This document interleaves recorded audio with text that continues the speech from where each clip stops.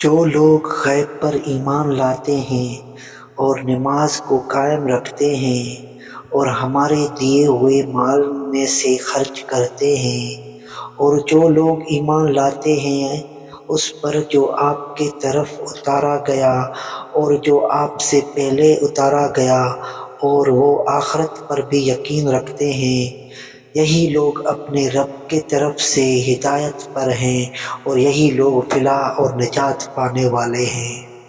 کافروں کو آپ کا ڈرانا یا نہ ڈرانا برابر ہے، یہ لوگ ایمان نہ لائیں گے۔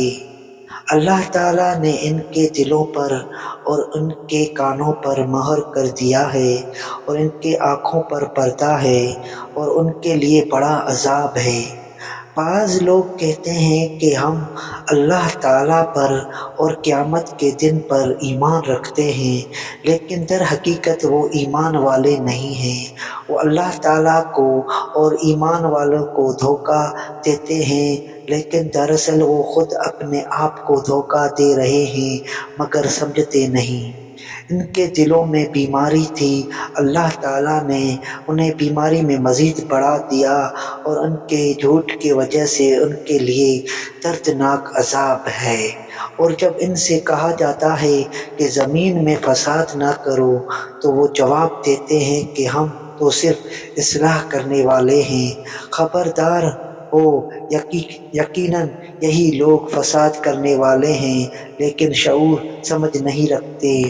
اور جب ان سے کہا جاتا ہے کہ اور لوگوں یعنی صحابہ کی طرف تم بھی ایمان لاؤ تو جواب دیتے ہیں کہ کیا ہم ایسا ایمان لائیں جیسا بیوقوف لائے ہیں؟ خبردار ہو جاؤ، یقیناً یہی بیوقوف ہیں لیکن جانتے نہیں۔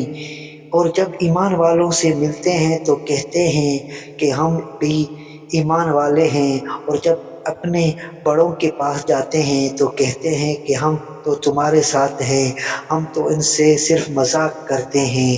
اللہ تعالیٰ بھی ان سے مذاق کرتا ہے اور انہیں ان کے سرکشی اور بہکاؤ میں اور بڑھا دیتا ہے۔ یہ وہ لوگ ہیں جنہوں نے گمراہی کو ہدایت کے بدلے میں خرید لیا، بس نہ تو ان کی تجارت نے ان کو فائدہ پہنچایا اور نہ یہ ہدایت والے ہیں۔